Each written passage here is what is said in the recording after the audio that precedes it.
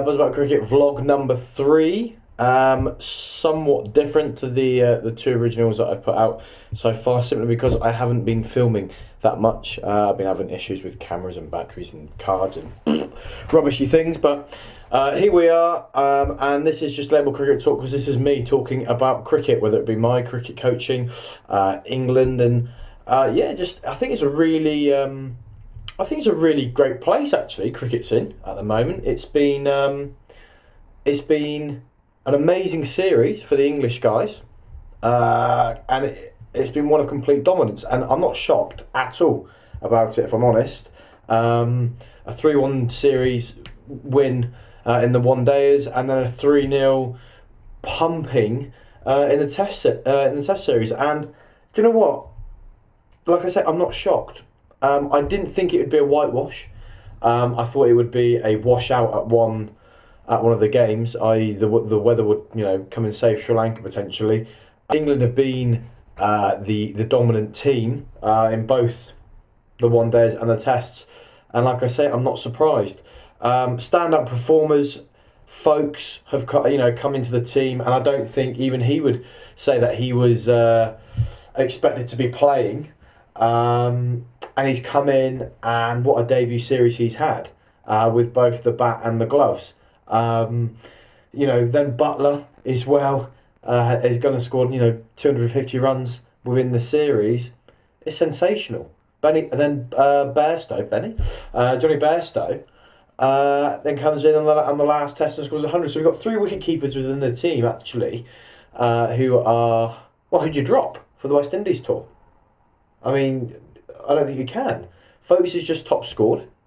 Bairstow looks, in my opinion, as dead set number 3 batter, or given a chance to be a number 3 batter.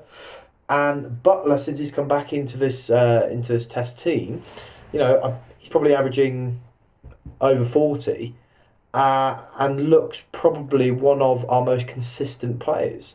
He comes in, whether it be 50 for 5, he looks pretty solid. He plays one way, but not in a completely Hail Mary aggressive way. He just plays his game, and he's deserving his spot. So we've got 3 keepers in this team. Are they all going to keep their place? Who knows? I think they will, and I think they should.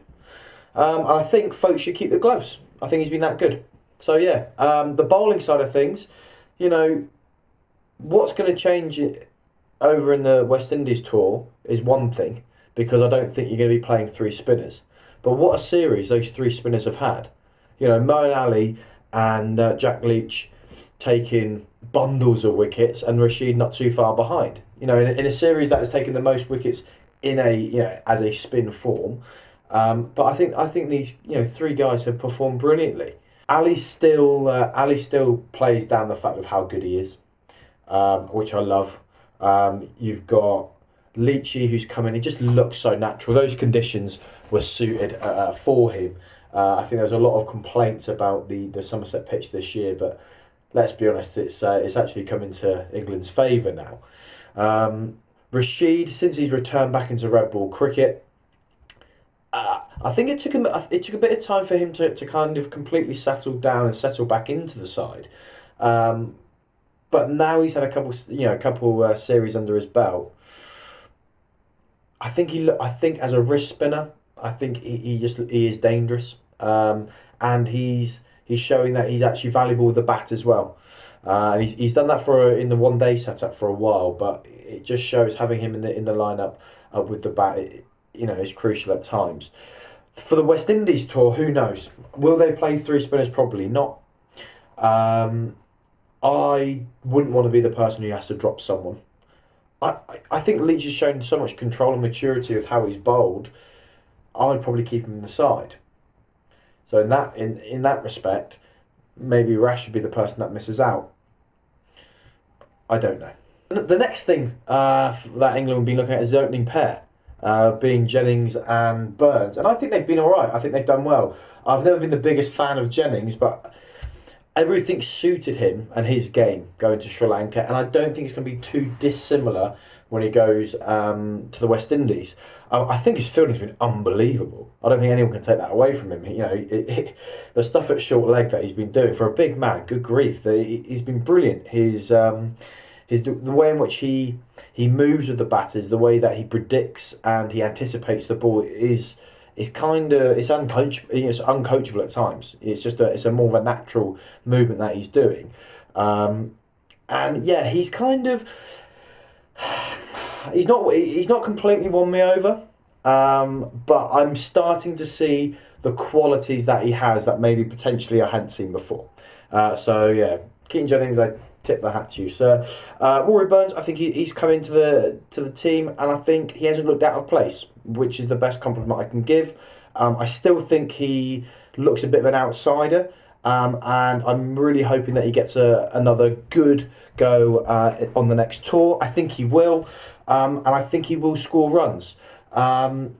There's a part of me that thinks that potentially a better bowling attack might undo him, but that's what people have been saying about his game for years now. And you don't go on and score the consistent runs that he scored without saying to people like me, you're wrong. So yeah, hopefully he just gets his head down and carries on, knuckling away and scoring big runs, which we all know, his record shows he can do. What England have done, they've competed in conditions that are completely foreign to them. You start playing cricket in a sauna.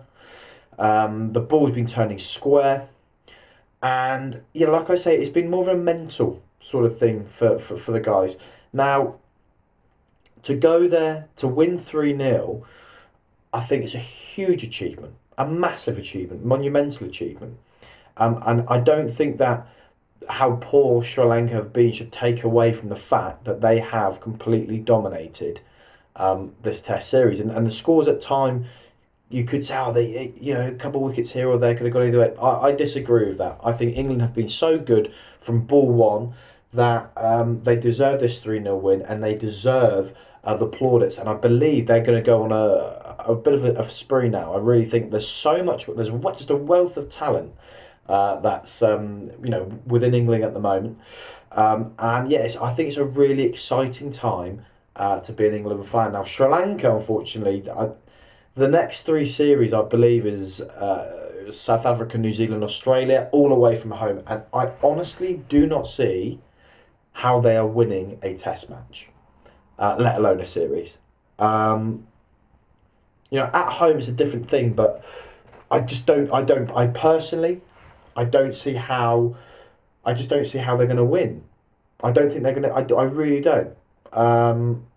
There's a lack of leadership. It was shown in the decisions to make a DRS.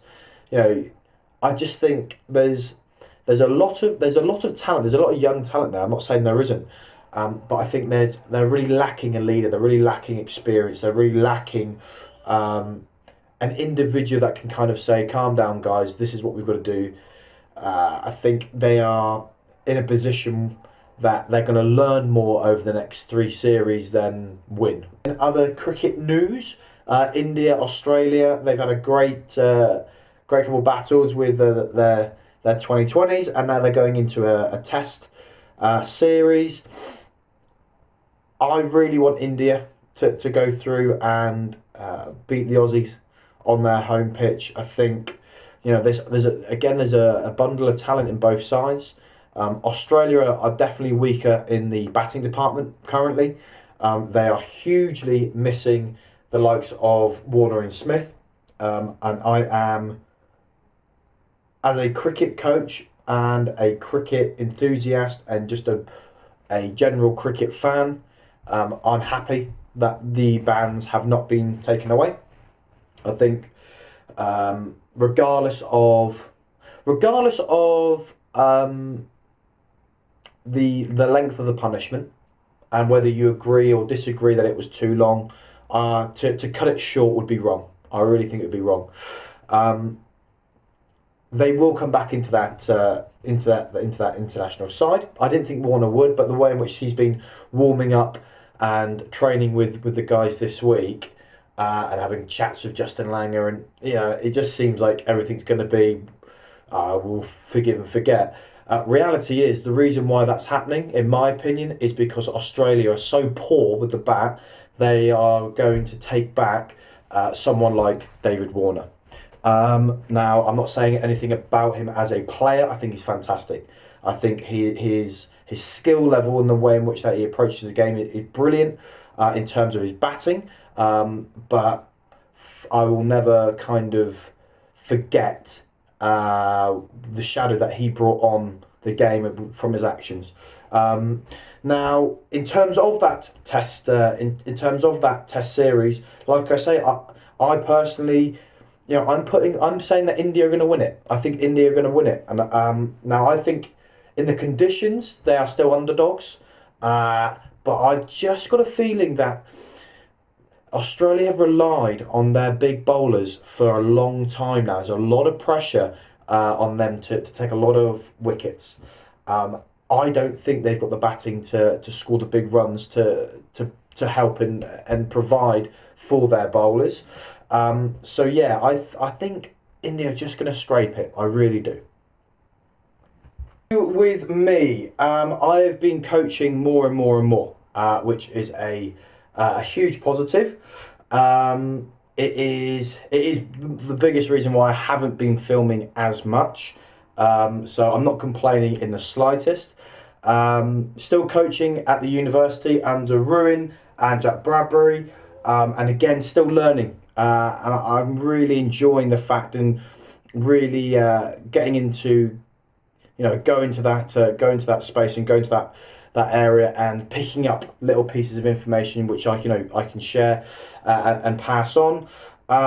The Exeter College guys that we've been working with have been brilliant. They're really responding well to all the processes and the developmental stuff that we're doing.